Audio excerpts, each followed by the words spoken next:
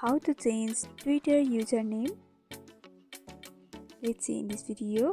Before getting started, subscribe to our channel and hit the bell icon for more updates from us. Now let's begin. First of all, you need to log into your Twitter account.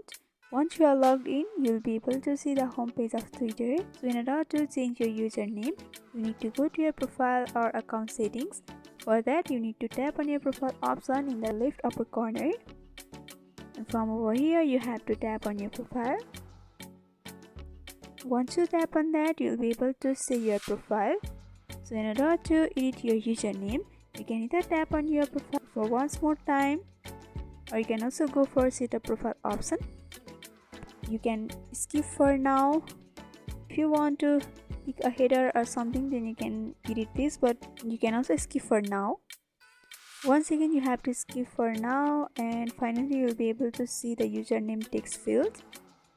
So in this section, you can simply tap and enter the username that you want to set, and after changing the username, you can simply go for next and your username will be changed. So this is how you change Twitter username. I hope this video was helpful. If you have got any questions on any topics, then don't hesitate to comment down below and let us know. Thanks for watching.